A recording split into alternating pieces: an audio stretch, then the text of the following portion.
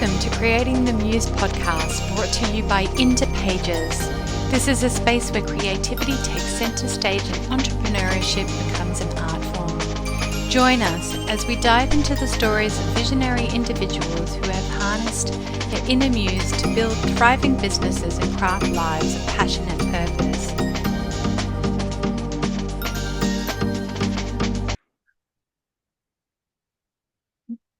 Hey, welcome to another episode of Creating the Muse. I'm your host, Indiana Holly, and today I am beyond excited to introduce someone who has been a profound inspiration in my creative journey, Samantha Wills. Thank you Samantha, so much. Oh, I'm so sorry. I thought that was the intro. no, Go I again. have a Go again. full-on I'm so intro sorry. about you. I'm just It's going to all shut up. good. Go, start I again. need I'm to so brag sorry. about you more. Hang on, give me a second. I'm I so love it. sorry. Samantha is best known as the founder of one of Australia's most successful jewellery brands, a business that skyrocketed her to a global fame and earned her recognition in Vogue, Harper's Bazaar, Forbes, and even a breakout star by the New York Times. But her story is much more than her success. It's about creativity, intuition, and empowerment. In 2016, Samantha launched the Samantha Wills Institute, a platform dedicated to nurturing creativity for entrepreneurs. It's a program I've personally had the privilege to be a part of, and I can say firsthand how deeply her personalized approach has influenced my own creative work. Today, we will dive into her second literary work, Marigolds Magic Stars, which is a story that inspires dreamers of all ages to follow their intuition and ignite their creative flames. Samantha's philosophy of living a life guided by creativity is one that we'll explore in depth alongside her reflections on courage, connection, and stepping into her personal power. Without further ado, welcome to the podcast, Samantha Wills. What an intro. Thank you so much. It's such a treat to be here. Oh my God, the honor is so all mine. I just wanted to start and say I'm just so absolutely over the moon for this opportunity. And if it wasn't for the work that you put out into the world, Into Pages would have never Oh, existed. So it helped me build this baby from scratch. So I really, really value and appreciate you. oh my gosh, that's very, very kind of you. I think it would have existed because I think you're amazing and you would have done it. So Oh, I don't think you can put that on me, but I appreciate all your it on words. That's you. very kind. I think what it was, Samantha, it was like this ability to actually drive a business and build the foundation from your intuition and creativity, Mhm, which I had never seen in any other business course that I had done. So, mhm. and I think that truly is what resonated and what helped it flourish because it allowed you to dream and build from that space as opposed to the Right. operational and Right. yeah, I think it's yeah. interesting because I think when we do these programs or when someone else tells us that, hey, it's okay to build from your intuition, you're like, oh, it's like that permission slip we didn't know we needed signing. And I've been in situations like that myself where I'm like, oh, I knew that, but I didn't feel like I had permission to do that, which I think is one of the biggest things with anything we're doing in life, and especially as women, we find ourselves needing this invisible permission slip. So I'm so thrilled that that course has done that for you, and I think it's one of the things I think sadly for creatives that holds so many people back is we just don't give ourselves, we can't sign our own permission slip, I think is the thing. So it's definitely something I'm still working on myself through many projects that I do, but it's lovely to hear that that had that impact. I just, and it's this concept that's very much threaded through everything that you do, even through Hmm. both of your books. Hmm. It is this underlying philosophy of, and you've shown such courage of following the pings in such a massive Mm. way. And I think you said at one point it was like just standing there and actually asking yourself, um, how do I feel, as opposed to getting out of your logic brain and actually following that process, which is so completely opposite to what we've been taught, isn't it? It really is. Yeah, I do talk about like a thinking filter and a feeling filter. Mm. And the approach is we can talk ourselves in or out of anything. Like we can Oh, justify yeah, anything, we can, definitely. right? So a thinking filter really could, it's runs through this process of experience, but also of what the outcome we want is what we'll talk ourselves in or out of. But the feeling filter, in the intuitive filter, you cannot fake a feeling. So when you've got to put something through the feeling filter, you can lie to yourself all you want, but at the core of it, you know what that feeling is. So I really use that methodology a lot in my creativity, in my decision making through life, and it's one that it took me a lot longer to harness than I like care to admit. Like, I'm 43 years old now, and it's kind of probably only the last, I'd say probably 10 years that I've really put that into action. Wow. And that's what I was Mm. going to ask you next is how do you not put that aside and actually start to listen and in tune into that whisper within inside that tells you these things instead of going, oh, that's ridiculous, that's silly, and put Hmm. it aside. How did you get to the point where that became so strong within your like your own conviction to be able Hmm. to give yourself permission to listen to that? How did you go about that? Oh, look, I just want to state too, I'm still working on that. I feel this is like something that we are continually evolving with as humans. So I'm definitely not sitting here from a perspective of like, here's how I do it You've now. got it. You've It's nailed it. yeah, Yeah. totally not. But I think, at times, especially throughout my career where I had made decisions where I knew at the time it wasn't the right thing to do. Like one of the biggest ones that I can remember is when I turned the whole brand language of the Samantha Wills jewellery brand on its head in one season because I let my ego and my Oh, intuition, sorry, yes. my ego and my imposter syndrome get into such conversation with each other. But I could hear my intuition. I would just kind of quashed it down. It was whispering where Mm. the ego and imposter syndrome kind of yell. And what they were saying was, if you're a real designer, you'd be doing kind of minimal, you'd be doing polished metals, you'd be doing all these like dainty pieces, where in reality, we were a oversized statement bohemian brand. We did Mm. burnished metals, we did colored stones. It was, more is more is more. And, I knew it wasn't right, but I went ahead and changed the design language anyway. And no shock to anyone, the collection didn't sell. It was a complete disaster. And so I think when you are able to navigate, when you are able to get out the other side of an experience like that, the lesson or the learning has to Mm. be, I knew and I made the wrong decision. So how am I going to apply that intuition? So we kind of get these guides along the way that is self-proof, for want of a better description of it, where we've proved to ourselves that it was correct, our intuition was correct, and we went against it. So, that was quite early on in my career now, but I've kind of applied that thinking throughout because the regret on the other side when you do know Mm. better is like I knew and I went ahead and Mm. did it anyway. Is just a greater burden, too great a burden to bear, I feel. So I do try and apply that. As I said, it's not something that I Perfected. standing on Got a this manual massive, on. yeah, totally, absolutely not. And it's something I think we have to, it's a daily practice that we have to return to every single day. I agree. And it's funny when you were speaking about that, is how many times in my past have I met somebody and I've had a Hmm. funny feeling inside and I was like, oh, I know you're just being silly. Like that feeling rose and I ignored it because but Right? the interactions are fine. And then it burns you. It's like you ran Hmm. into the fire and it burnt you so bad. And you're like, shit, I It, should listen it to is, and I myself. think when it's about a person too, you try and be like, give them the benefit of the doubt, and we're taught to be nice, and we're taught to accommodate others, and we're Mm, taught all these things, especially as women and little girls. And so when we know, like pretty instantly when you meet someone if their energy is off or it just doesn't yes. feel right. But no, we persist because we want to be liked or we want to do the people pleasing thing or whatever reason we persist for, and it bites you even worse when you know. Like it's Yeah. one thing to learn it, be like, oh, that's interesting. I'll keep an eye out for that. You're like, no, definitely knew that. Yeah. Some lessons it takes me a long time to learn. You same. Didn't say we're all quick learners, okay?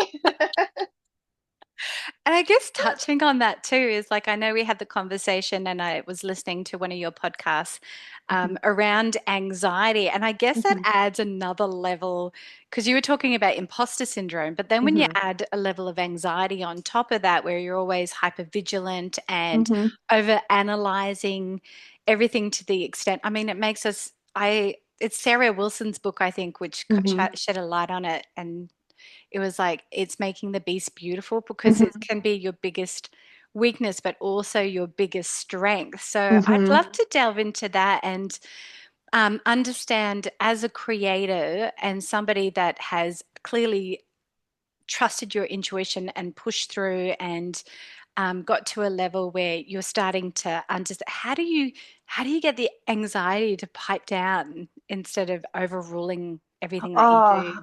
anxiety is the tricky one because unlike, I mean, it all feeds into an imposter syndrome or procrastination or a fear, like they're all kind of effects of that. But it's a tough one because if you ask me that question about imposter syndrome, I would say, oh, well, imposter syndrome quietens down when you start acting, like when you start Oh, to do something. yeah, yeah. Imposter syndrome really just wants to keep you sitting stuck. It doesn't want you to try Keep anything you because if you never safe. try, you never, yeah, Yeah. keep you safe, which is no way to live life, right? But it actually quietens down when you're like, I'm just going to take this small step.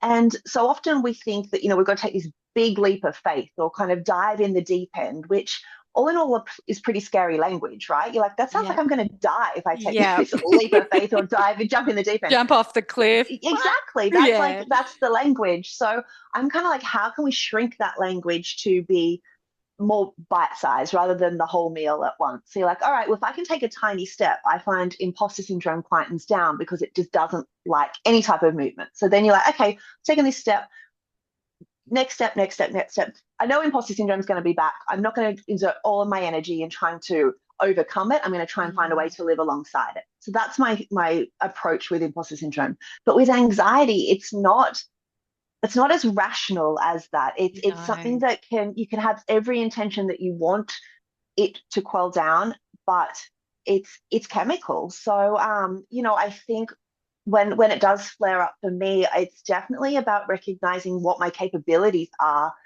on that day. I'm not going to expect myself to have the same level of output as I would on I say, a good day, but on a day without anxiety.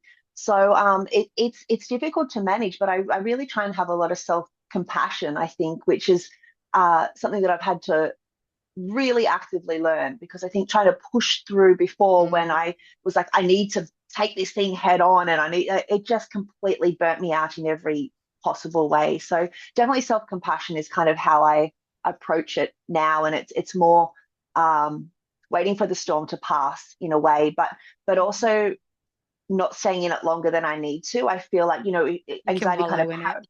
wallow in it and then it's harder even to Yeah. get out. So it's being Yes. really aware there's going to be this time, this switching point where you're like, okay, I am able to get out of it, but that's going to require a lot from me. But you do have to be able to take that step out. Otherwise it turns into something even darker. So Oh, that's incredible insight, Samantha, because I was thinking even it's for me, it's kind of like I have the social anxiety, but if I hmm turn into the Cancerian that I am, the crab and I am, and I stay isolated, and then hmm I feel it makes it worse when you go out and it's like starting all over again. Like you go out to be yeah. social and it's like all this emotion coming at you like a panic hmm attack.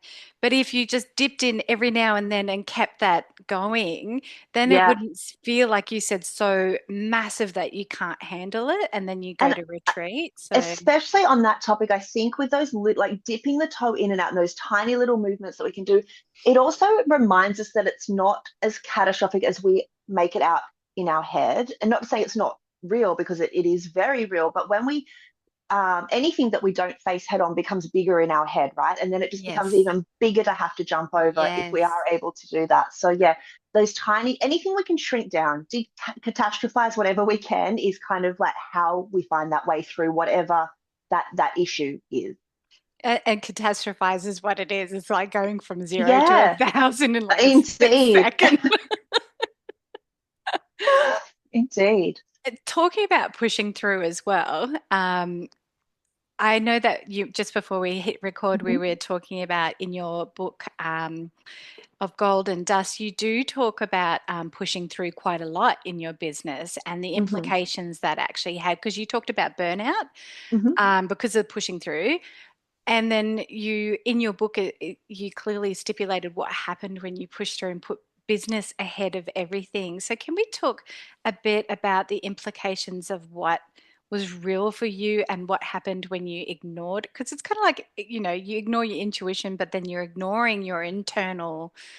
Um, Absolutely. yeah. So, I'd Look, love to talk about that. yeah, I think well, I look at burnout. So I definitely wrote about burnout in a physical way in the book, and for me, that was really ignoring my body. I didn't realize I had stage 4 endometriosis at the time, and my body was just screaming at me every month, and I just pushed forward. I have no people like, why did you do that?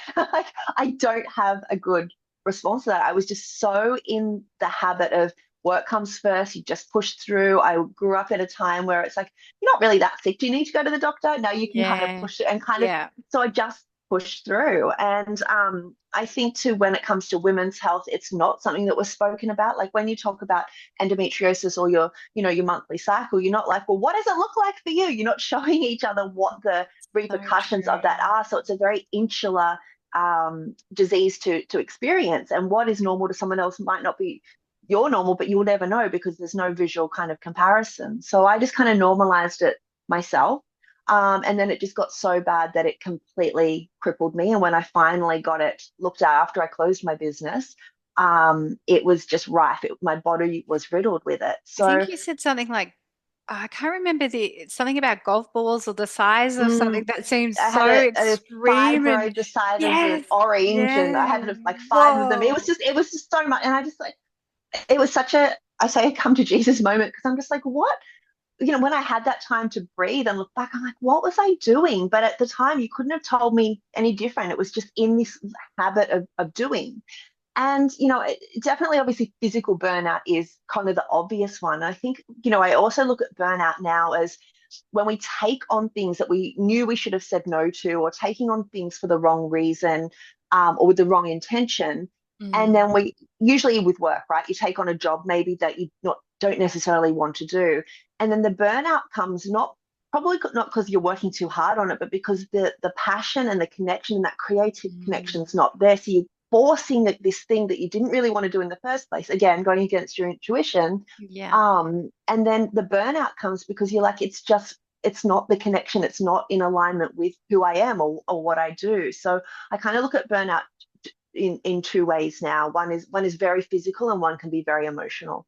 Yeah, yeah. That is such a great response to that question because it is even after, not that I like to talk about COVID and stuff like that, but in the workforce, how it's like you don't Mm-hmm. come to work if you're sick, and then people still push through and they're still coming to work when they're sick because it's the Right? same thing. It's the expectation, it's the ignoring how you Yeah. feel and giving yourself permission to rest because you'll be a better person for it once you're healed. The So. concept of giving yourself permission to rest is so foreign and so like, what will people think? What will my workmates think? Will they think I'm being lazy? Like it shouldn't be this reward. It should be the given, but it's still something in society. And Programmed. yeah, and I'm not. I Yeah. hope the next generation doesn't have that approach. But I think I know in my lifetime, it's not something that will undo from my DNA in that thought process. I have to actively remind myself that that is not the right way to So think. true. It's so true because it's like generations of programming that Yeah, way. yeah. Yeah.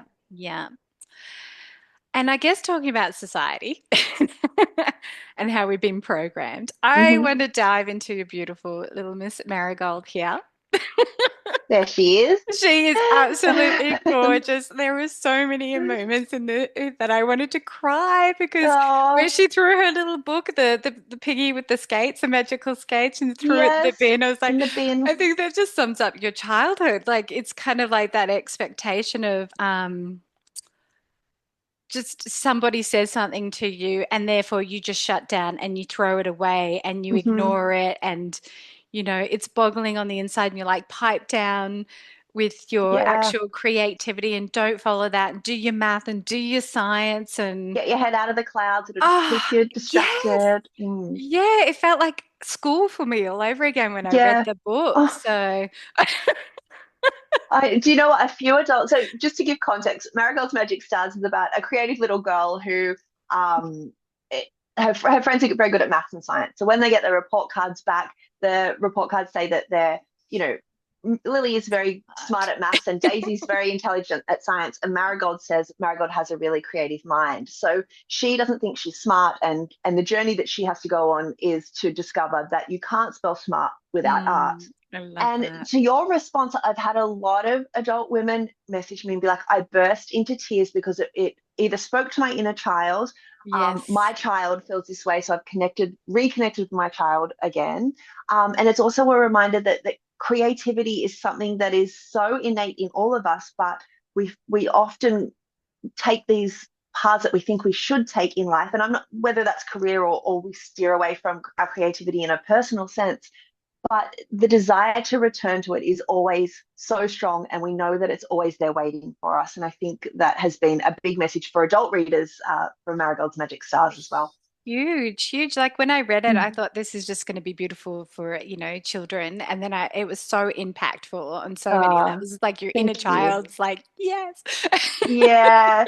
Well, I did want to write it because I wanted to bust that myth. I wanted little kids to realize that their creativity is important, that their ideas have value, and that Mm, if they do want to pursue this, creative path, to your point at the start of this topic about society, society has told us that pursuing a creative path is for the dreamers, it's for the the bohemians, it's hungry for artist the or starving starving artist artist. Yeah. archetype. Yeah. And so I Yeah. really wanted to, this book is kind of my love letter to bust that myth where it's like, no, there is a vocation path for creativity, and creative problem solving is so impactful and it's so important. So that was my reasoning behind that, was really to break that societal myth.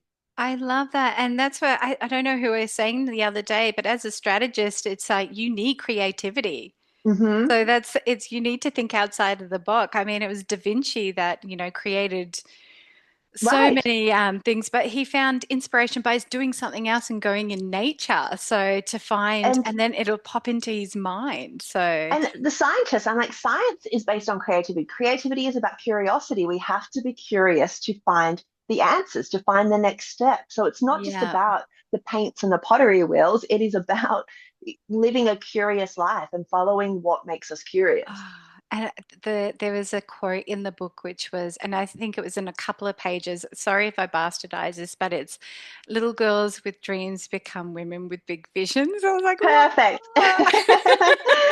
I know her mum whispers that to her, and I really, I really wanted that message to be driven home, where it's like, no, you got to dream big. Like, to your point at the start, where she threw her book in the bin because she thought that she wasn't good at it.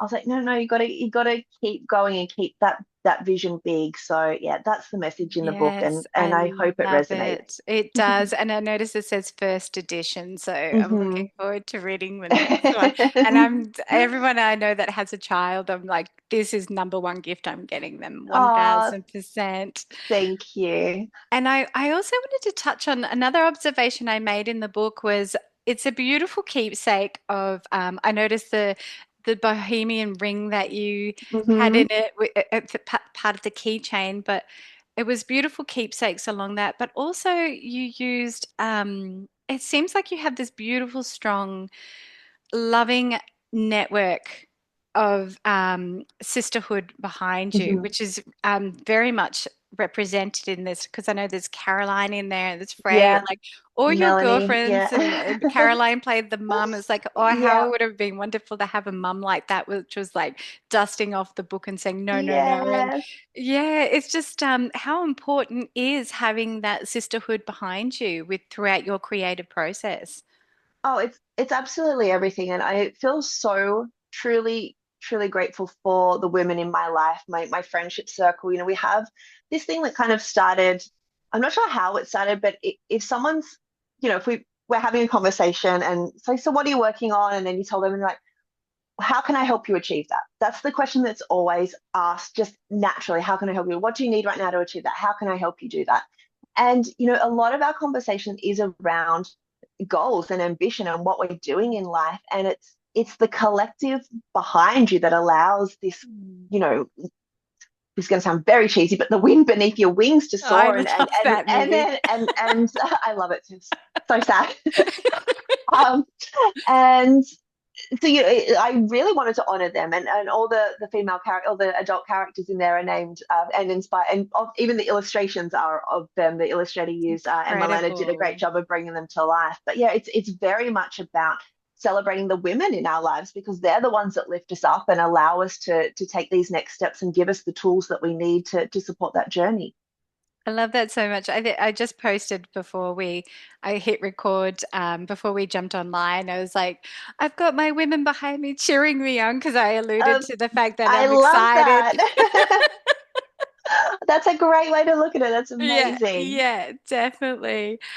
Um, And another thing I wanted to touch on is I wanted to ask you why it was the importance to go to the Australian regions as opposed to the big cities. So I'd Hmm. love to ask you about that. Yeah, so for my recent book tour, we did book signings and things in metro areas, but I really wanted to get out to regional areas because, I'm from Port Macquarie, which is a regional area in New South Yeah. Wales, and I think growing up as a creative, again, I went to high school in the 90s, which is about 3,000 years ago. I understand that, and it was a time before the internet. But I really just didn't see. I didn't get the opportunities I felt creatively, looking back on it now that kids that lived in metro areas did, and access to be it conferences or types of museums or whatever that creative outreach was. And so for me, it was really important to get out into these areas and talk about creativity and talk about the importance of women in business and these female groups in creativity and it feels like home no matter where the regional area is. It feels like home to me, so I selfishly love going out there, but it's always just such a welcoming, and they always say to me, thank you so much, we hardly get anyone who comes out here to speak. We always have to travel to the metro areas, which obviously is a very hard ask to do. So yeah, I wanted to get out there and facilitate these conversations, and it was a lot of fun. You're very special. I love your heart, Samantha. Like you just uh, everything you do is heart led. It's just so inspiring to witness and to be able to see somebody who's achieved their purpose and passion in life and still have that beautiful heart that you have. oh, thank And I you. think that the first time I ever discovered you, it was at the 2019 Business Chicks, I think it was Hmm. called. And I was just blown away by you had the timeline in the Yes. background. Hmm. And it was so authentic and just so inspiring to see that every time you had a milestone where you achieved something in your life, it it it came after a tower moment, like whether it Yeah. was a heartbreak Right. or somebody insulted you and it drove you the fuel in your fire, Oh just my gosh. No, I do. I'm catapult I'm you. about how are we turning this really shitty thing around and like really using it as fuel. And I think it's a bit bratty of me because I'm just like, I'll show you, but I was like, oh no, it's paid off a few times. So I think it was I'm gonna keep brilliant. yeah, It was keep using it. brilliant because nobody ever kind of discloses that. Like we're all keeping this front that we're all perfect or Hmm. nothing ever gets to us. And just having a woman turn around and turn her success within her success and say, you know what, there were a lot of shit times, but it catapulted you to where you Yeah. wanted to go. And it is so important. And I think, that was the why I launched the Samantha Wills Institute back in 2016, because it was at a time of peak Instagram filters of the glamorous lifestyle. And it just wasn't represented back what the realities of running a business was, Mm. especially as a female founder. So I started posting just like the realities of the stories, and the outreach I got from that so instantly, where people are like, oh, I thought I was on my own. I didn't see anything like this reflected back to me. So that's where I kind of really, the turning point was like, oh, no, it's really important we share these stories and the flip side of the coin. And, So even in important. of Golden Dust, that was the catalyst. It was like the working title for that book was Public Brand Private Life, because I really wanted to show the duality of, here's what you might have seen on Instagram or what, this, any given kind of success in the media, but here's the reality of what it took to build that brand and business. So it's Yeah. an important milestone, sorry, foundation of my work is telling the realities behind it. And you so walk the talks. Like I know before we hit record and I asked you a couple of questions about anxiety and stuff like that. And you said, Hmm. yeah, you're an open book. You literally Hmm. are an open It's, book. I hope so. And going back to the roadshow that you did, I just wanted to point out I read your newsletter and you said you had identified two themes that people were recurring themes that people Hmm. kept coming to you about their creativity and stepping into and owning their creativity was very much around fear and Hmm. self-doubt. Like that's Mm. so is that pretty much mirrored most of the conversations when people came up to you was around fear and self-doubt?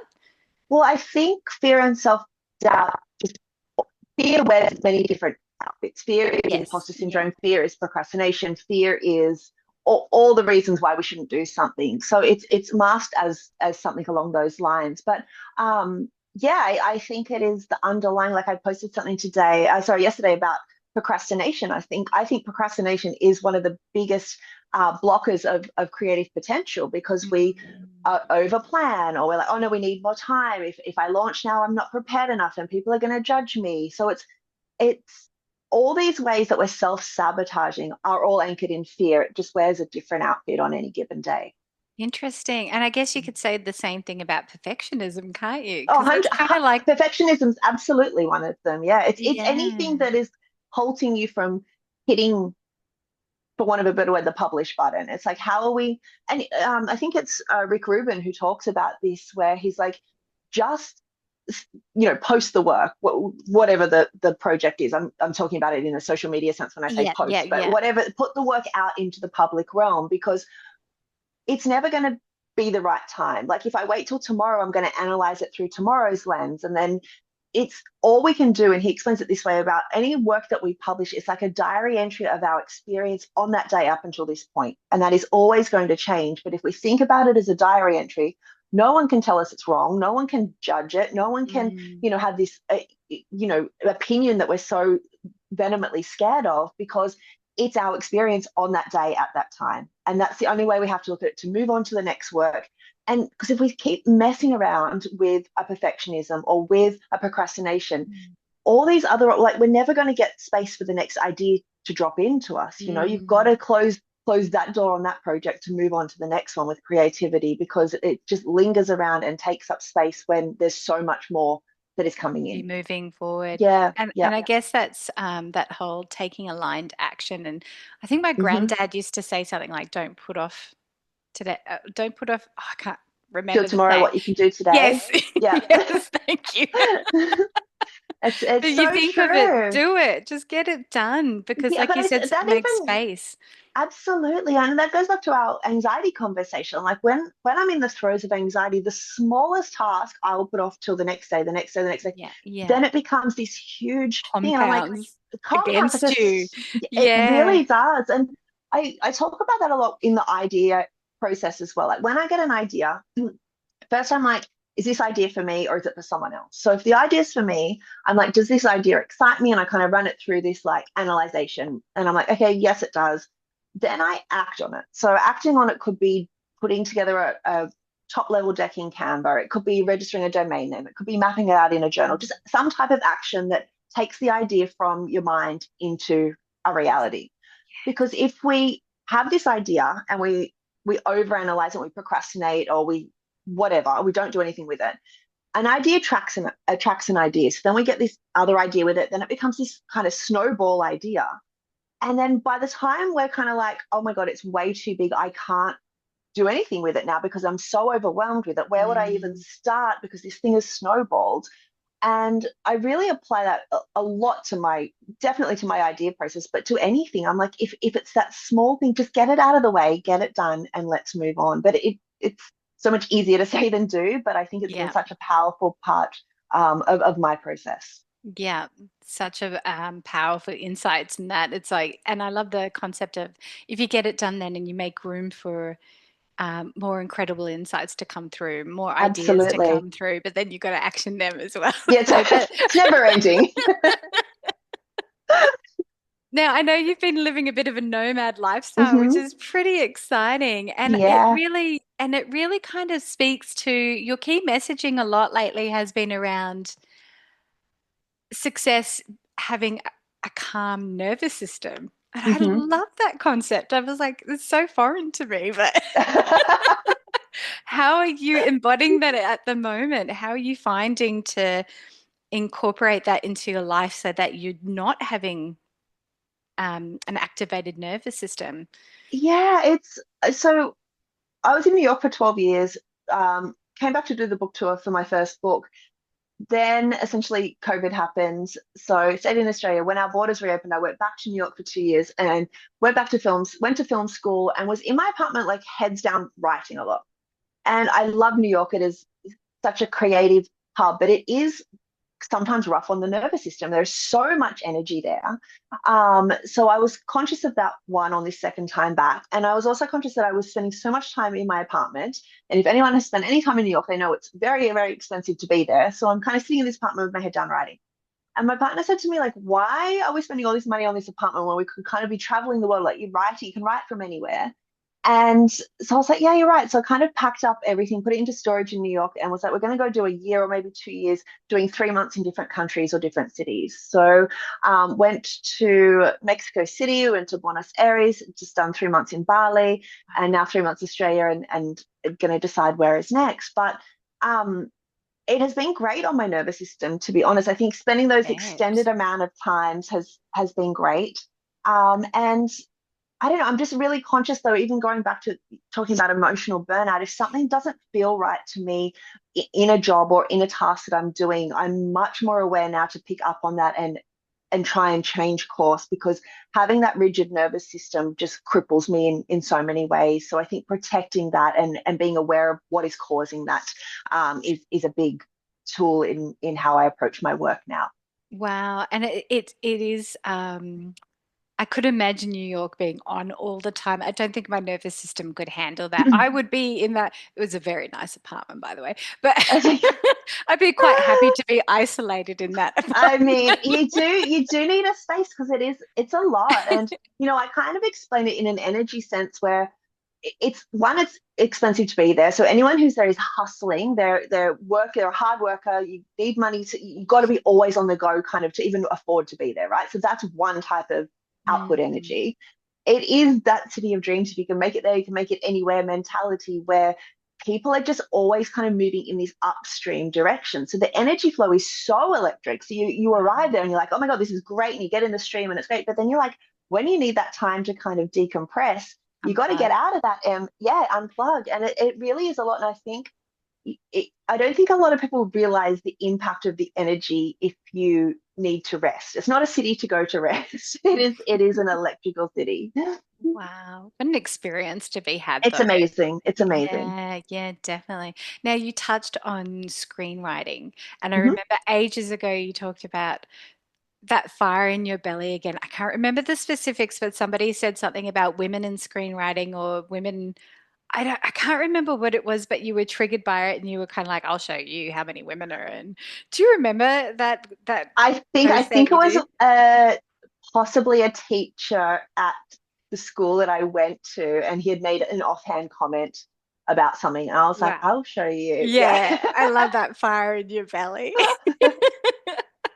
Now, what is next for you? I know I heard whispers about you're working on a novel. Mhm. So, where are you? What exciting projects are you doing, or what creative directions are you going in? Yeah, so this kind of phase in my career, I feel it's always been about storytelling as a whole, my career, but this one is much more about traditional methods of that, be it for page, hopefully screen.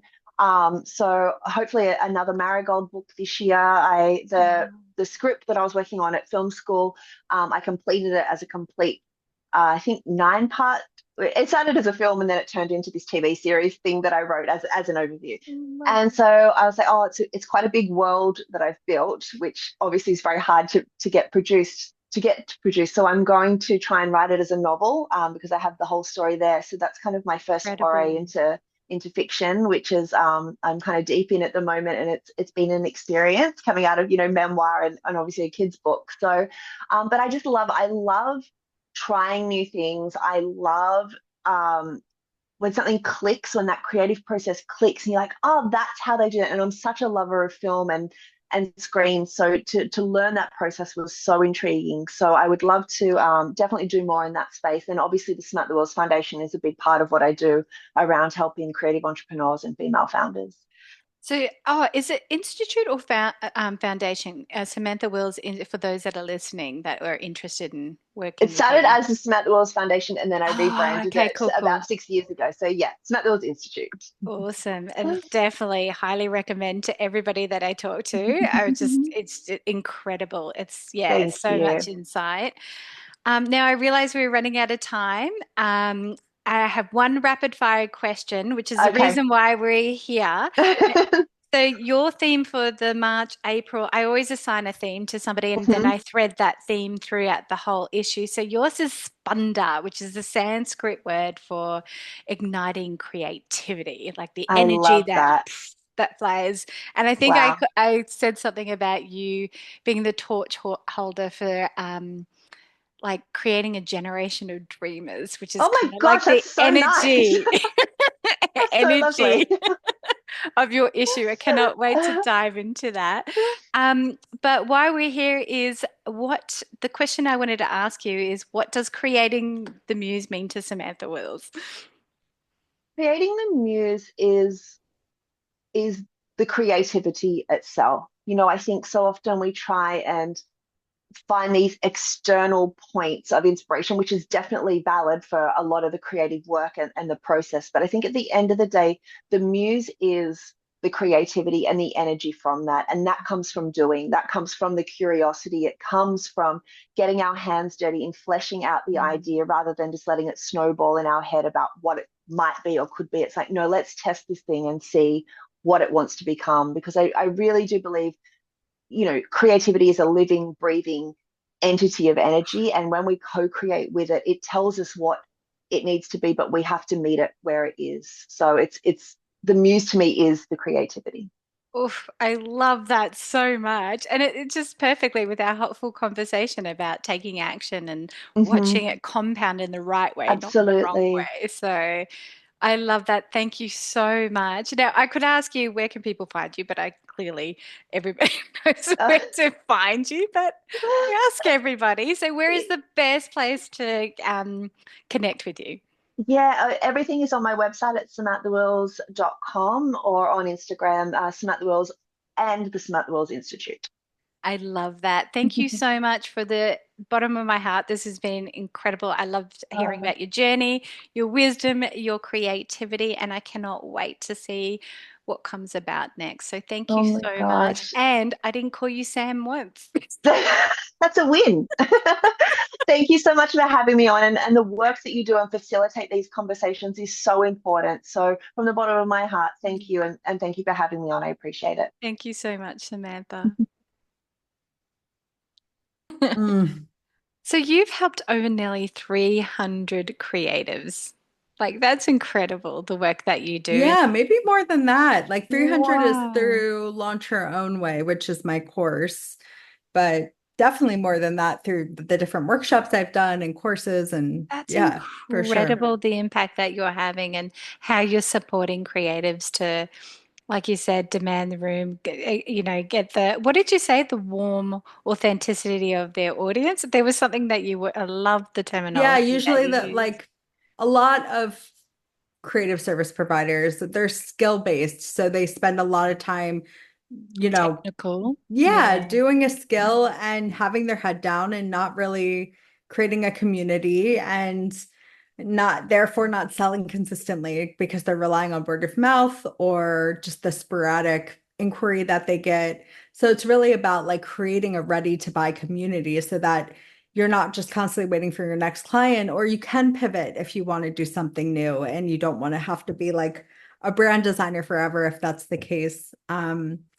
Or you just really want a nice community of fellow creatives around because that makes your life and job really nice, you know? So it's really about how to go from that cold, kind of disengaged audience to a Mm. ready to buy community, is what I say. Ready to buy community.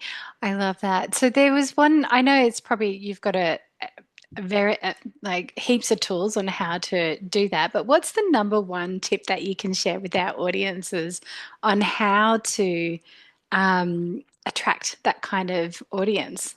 Oh, that's such a good question because it really is a process. There's like Oh, several steps to it. I knew there would But have I'd been. say showing up somewhere consistently. So whether Consistently. it's Okay.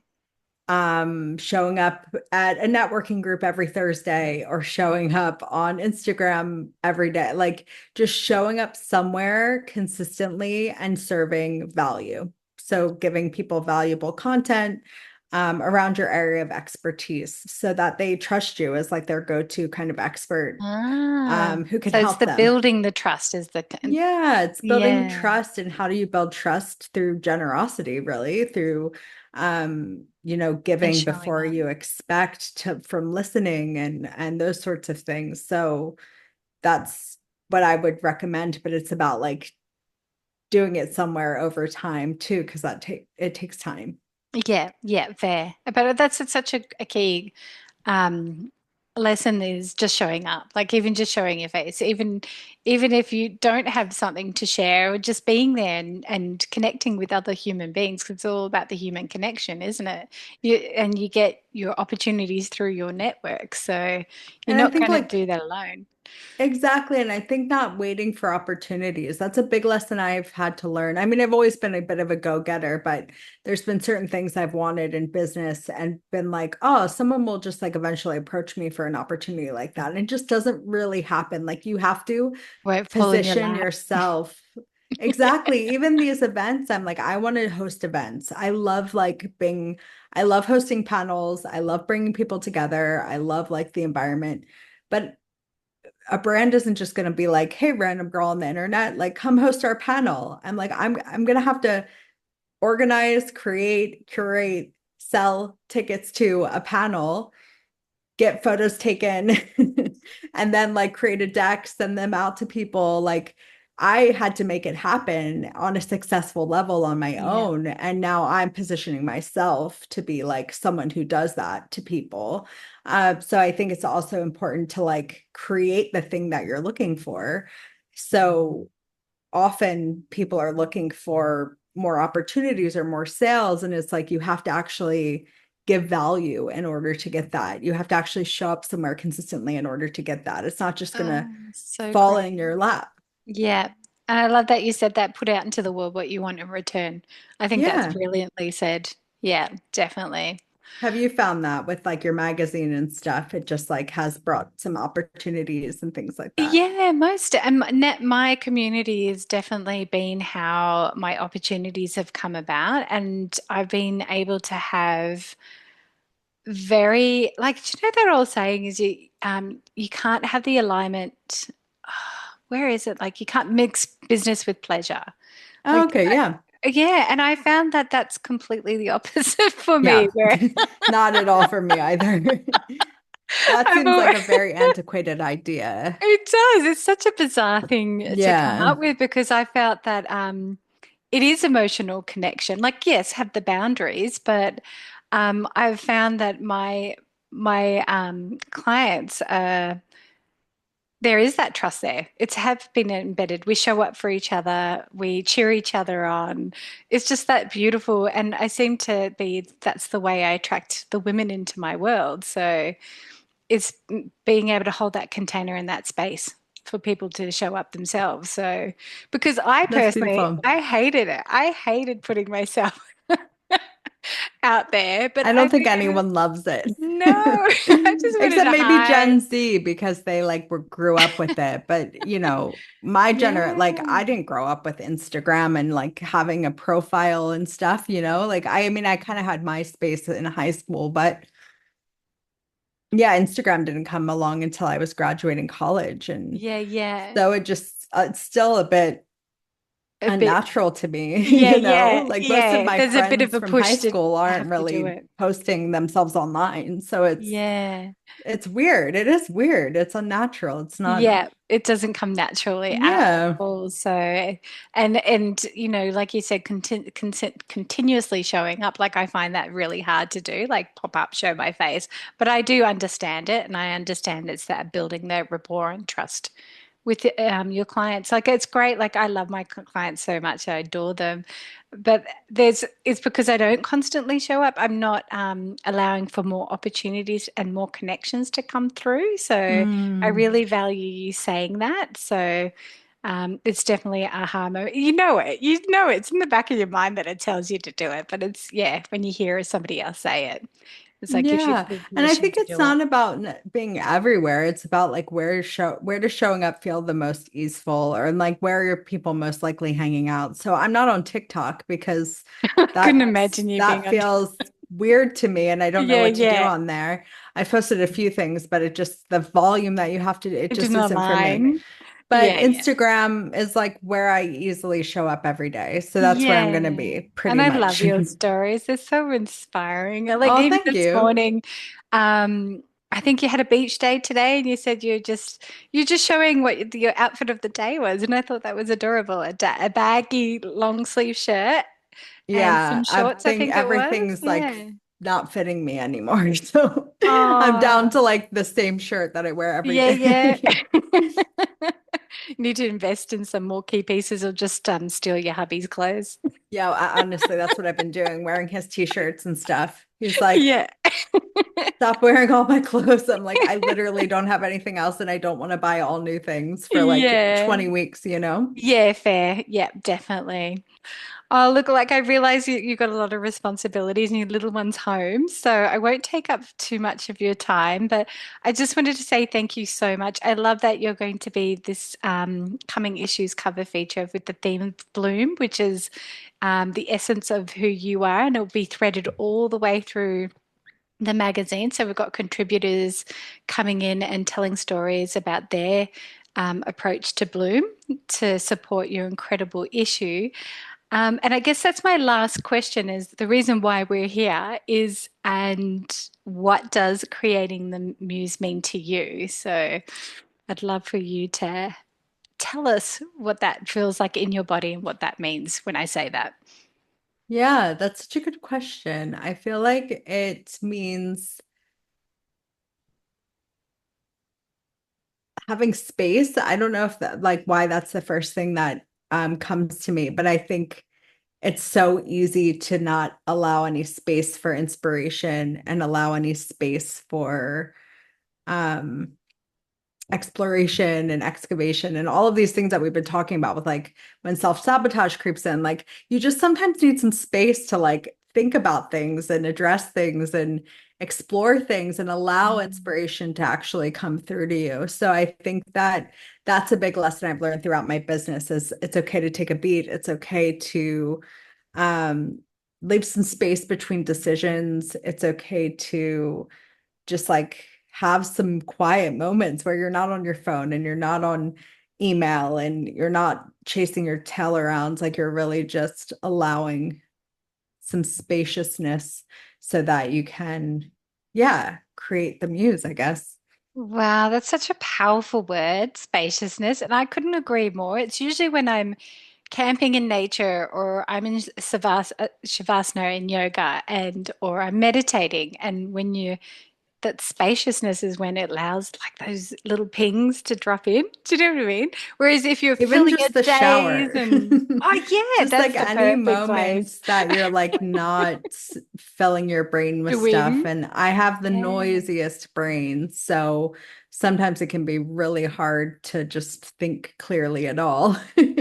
So I think that, like I said, that's the lesson I keep having to learn. It's just, yes, you'll get to it. Yes, you have a million ideas, but just like take a beat, make some Yeah, space. pause. And that's kind of what I've been slowly chipping away at in my business. How can I just simplify, do less, make space so Love that I can it. continue to kind of fulfill my creative Yeah, desires your and visions. container. Yeah, definitely. And I'm excited about you doing these in-person events and you're doing the Thanks. International Women's Day one as well in Sydney.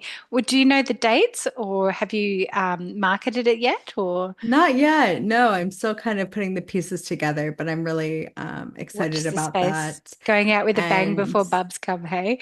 Like yeah, yeah. And then I'll be quiet for a while, probably until 2026. Then we'll see. nice, nice. Yeah, Yeah, what about you? Do definitely. you have anything exciting on the horizon?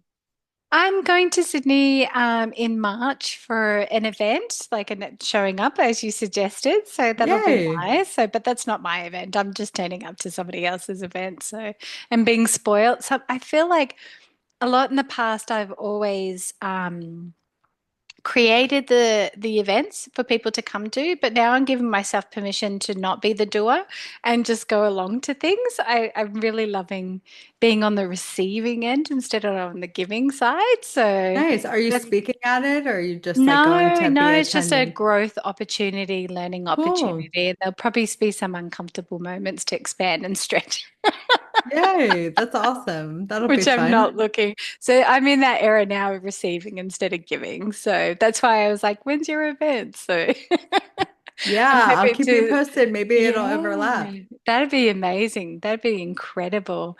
And for our listeners, where can they find your incredible container of work and how can they reach out and get support from you? Yeah, everything is at cominguproses.co. So my website's cominguproses.co. You can get some free episodes of my podcast on there if you want to kind of Oh, dive into nice. warming up your audience. There's some really I great interview love that. episodes on there to get you started and just lots of fun goodies on my website. Definitely check it out. Lots of freebies, lots of tools. Yeah. Yeah, Well, thank you so much. I really appreciated this and I love diving into your world. And I cannot wait to co-create with you on your cover feature coming out at the end of next month. awesome. I can't wait too. Thank you again for the opportunity. It's really exciting. My absolute pleasure. Bye. Bye.